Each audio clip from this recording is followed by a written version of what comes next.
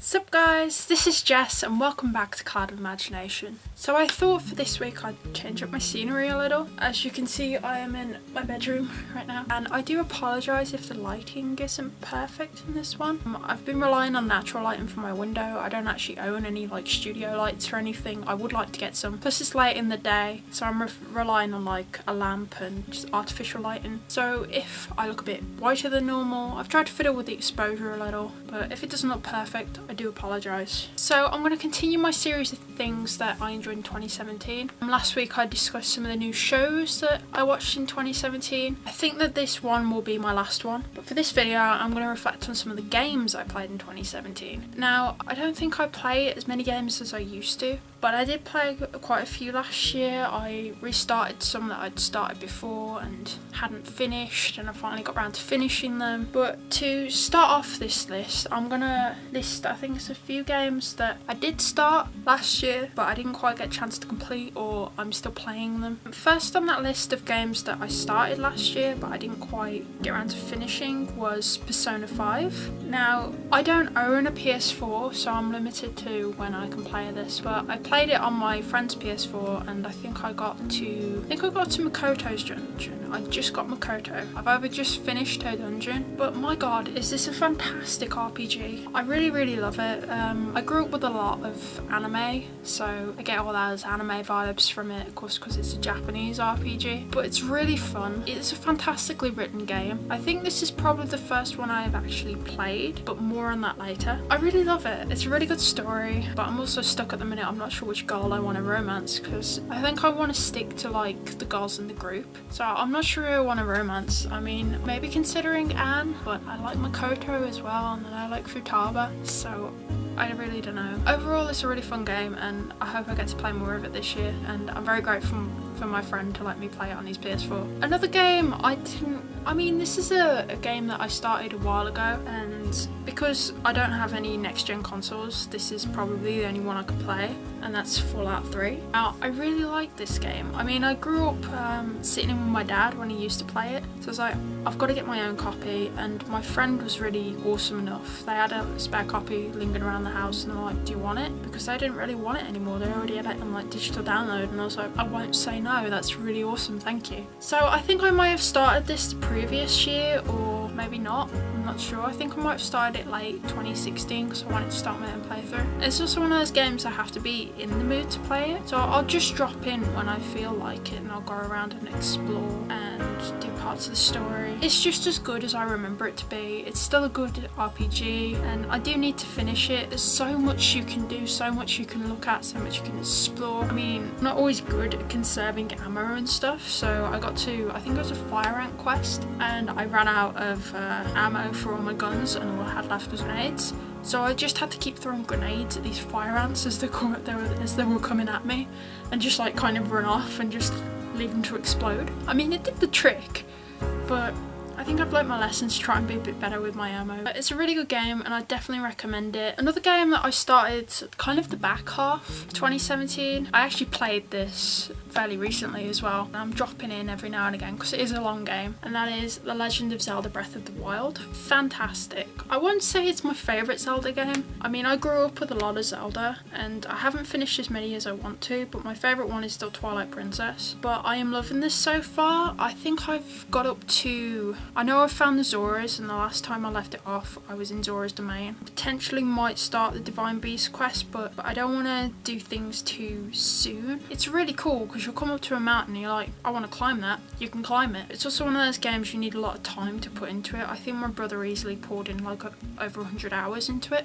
I can see me potentially doing the same. It's really fun. I've lost count of how many times I've died, but I've had a blast so far, and I can see me probably completing this year at some point, but I'm not sure when. Now I am going to get into the games that I completed this year, and first on that list is, well, I borrowed my brother's PS Vita for this. I have a feeling I'm probably going to be holding onto it fairly permanently. One of the games I completed this year was Persona 4 Golden. I will say one of the big reasons I think I picked this up because I heard Troy Baker was in it, and I love Troy Baker. Bitch, I need some Troy Baker. I gotta play this. I think with both my playthroughs, I've poured over 100 hours into this. Oh my god, I adored the story, I adored the characters. I will say I think Naoto and Kanji are my favourites. I do love the slice of life stuff more than I do the dungeon crawling, but it was really great. I mean, if you love like mysteries and kind of detective games but with fantasy elements and like social elements and slice of life stuff, you'll love this. It's really, really good.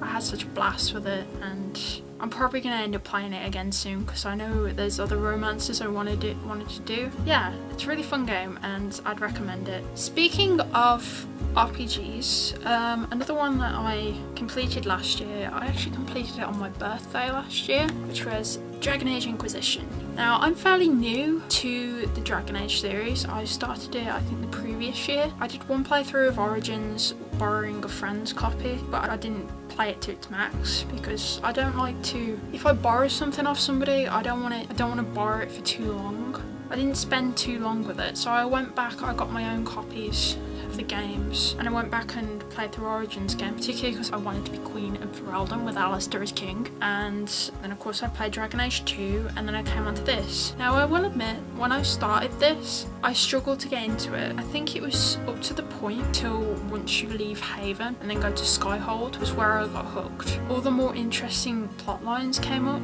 afterwards, and I had an absolute blast with it. I really loved the character customization. That's one thing I really, really love. And I thought, on my other two playthroughs I played as a rogue, and I thought on this one I was like, I want to try a mage. I'm always playing as rogues. Let's try a mage. I absolutely loved it.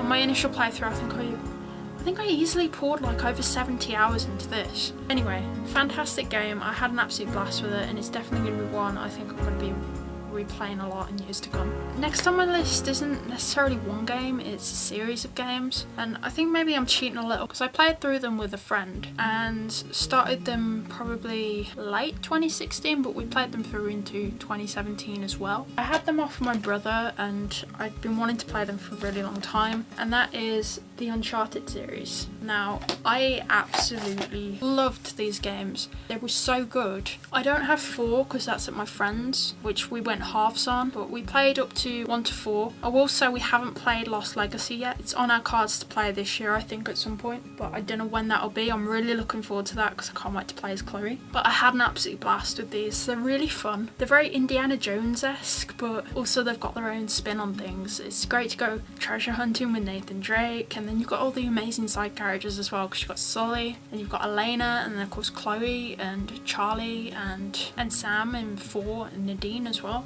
I really loved these. They have fantastically written stories. They're very linear games, but they're also just so damn fun. You know, you got your combat and stuff. I mean, I tried to do things more stealthy when I was going against enemies, but my friend was just like, I'm gonna go in gun-ho and just shoot them all up. Can't decide which one's my favourite. I think it's probably a tie between number 2, Among Thieves, and 4, A Thief's End, because they were both really just so well written, and 2 I really loved. They're not just fun, they're also very heartfelt stories. You get attached to the characters, you care about them. There's more to Nathan Drake than him being the strapping hero. He's a very human character.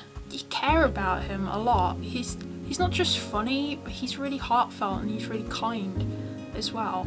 Yeah, I would recommend these. If you like your fun action adventure games but with heartfelt and interesting stories, check them out. Another game that I played this year as well and completed, I did start it a few years prior. I think I had it back when I first got my PS3, and I had initially started this, but I got really stuck and I got frustrated with it, so I just left it. This year I wanted to give it another shot, and I actually finally completed it this year, and that is Tomb Raider, which is the 2013 reboot that they did. Now, I really enjoyed this, and the game and mechanics were very similar to Uncharted. They have both, I think, drawn inspiration from each other, but I really had fun with this. The only thing I would say is some of the QuickTime sequences and the way they did the QuickTime buttons in some sections were a bit silly and really frustrating. I don't mind hitting a button, but when it did like the huge circles counting down and you had to get it exact, amount of times I got stupidly killed because of that. I didn't like that mechanic, but otherwise I really enjoyed this. I didn't play much Tomb Raider growing up, I'll be honest. Well, I don't think I played it at all, but I did watch my dad play some of the older games, and he used to get ridiculously frustrated with them, particularly bosses and things. But I really like this. I like the combination of puzzles and combat, and I particularly loved using the bow. I mean, I like that in The Last of Us as well, because the good thing is with the bow, you can be super stealthy. It's kind of weird to me, because when I was younger, I used to hate stealth, because when I was really young, I remember playing Wind Waker and doing the bit where you're sneaking into the Forbidden Fortress for the first time. I'd just get really scared. I'm like, I don't want to do this, don't want to do this. But now I actually really enjoy stealth. I enjoy kind of trying to plan it out and being sneaky. I find it really fun. But it's also one of those ones, if you do want to go in gung-ho, you can do that too. I really enjoyed this, and I think I probably will give it a replay. I really liked the throwback at the end with the double pistols. That was really fun, and I can't wait to play a sequel, because I know there's Rise of the Tomb Raider, which I know some people said wasn't as good, but I don't know. I do still want to play it and check it out. And I think there's a new one coming out this year as well, which knowing my luck probably will only be on PS4 and Xbox One, like next gen consoles. So that's the problem I have now with new games come out. I think that's why a lot of the games that I played this year actually aren't next gen consoles and aren't new games that were released last year, because I don't get a chance to do that anymore, because I can't afford a next gen console at the moment. It's on my list to get a PS4 at some point, but I don't know when that's going to happen. I was glad I finally managed to complete this, and I can't wait to check out the sequel, and I think they've got another sequel coming out this year, and if I get a chance to check that out, that'd be pretty cool too.